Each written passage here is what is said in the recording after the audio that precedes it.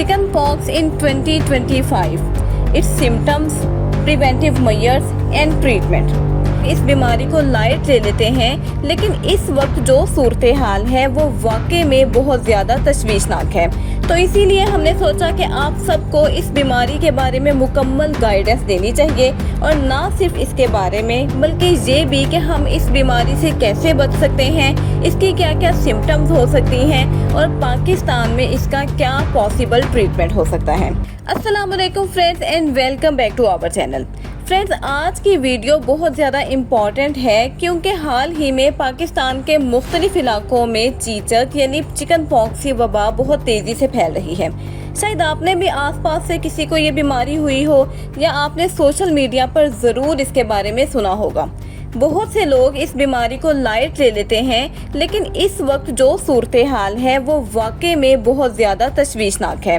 तो इसीलिए हमने सोचा कि आप सबको इस बीमारी के बारे में मुकम्मल गाइडेंस देनी चाहिए, और ना सिर्फ इसके बारे में बल्कि ये भी कि हम इस बीमारी से कैसे बच सकते हैं, इसकी क्या क्या सिम्टम्स हो सकती हैं और पाकिस्तान में इसका क्या पॉसिबल ट्रीटमेंट हो सकता है। तो फ्रेंड्स, चलते हैं वीडियो की जानिब, लेकिन वीडियो का बाकायदा आगाज़ करने से पहले मेरी आपसे हमेशा की तरह यही रिक्वेस्ट है कि अगर आपने अभी तक हमारे चैनल को सब्सक्राइब नहीं किया तो जल्दी से सब्सक्राइब कर लें और बेल आइकन के नोटिफिकेशन को हिट करना ना भूलें, ताकि हमारी आने वाली फर्दर रिसर्च बेस्ड और इन्फॉर्मेटिव वीडियो सबसे पहले आप तक पहुँचे। तो फ्रेंड्स, सबसे पहले ये समझना बहुत ज़रूरी है कि आखिर चिकन पॉक्स है क्या। तो ये एक वायरल डिजीज़ है जिसका रिस्पॉन्सिबल वायरस का नेम वेरिसेला ज़ोस्टर वायरस है। ये बीमारी आम तौर पर बच्चों में ज़्यादा देखी जाती है, लेकिन ये बड़ों को भी हो सकती है, ख़ास तौर पर अगर उन्होंने ज़िंदगी में कभी भी वैक्सीनेशन ना करवाई हो या बचपन में अगर उन्हें ये बीमारी कभी ना हुई हो।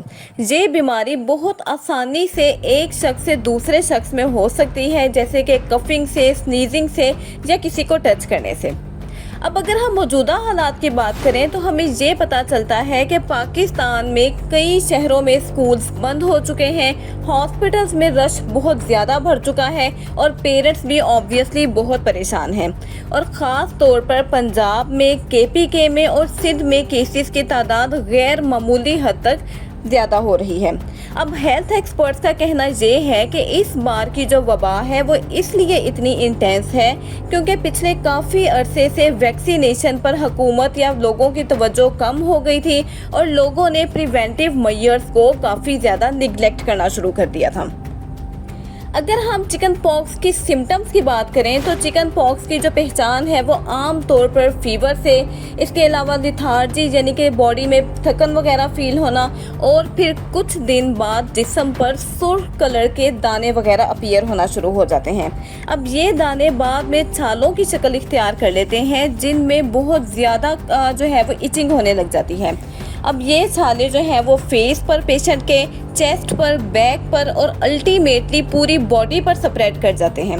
बाज़ औक़ात ये अलामात बहुत सीवियर हो सकती हैं और पर्सन टू पर्सन ये वेरी करता है। कुछ लोगों में अगर उनकी इम्यूनिटी स्ट्रॉन्ग हो तो उन लोगों में इसकी जो अलामात हैं वो हल्की नोयत की हो सकती हैं, या तब भी अगर वो बंदा वैक्सीनेटेड हो।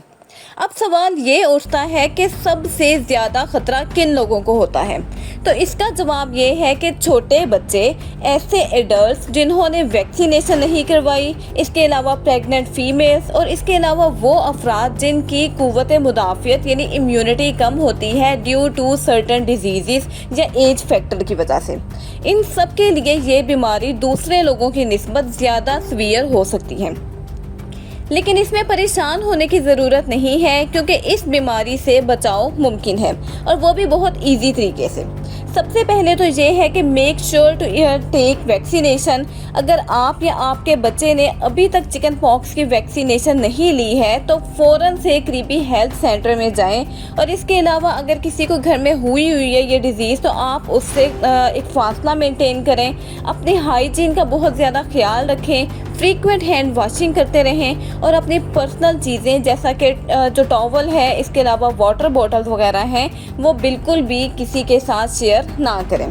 इसके अलावा आप अच्छी नींद लें और हेल्दी डाइट लें ताकि आपके जिस्म को स्ट्रॉन्ग बनाया जा सके और वो वायरस को कम्पीट करने के लिए मुकम्मल तौर पर रेडी हो।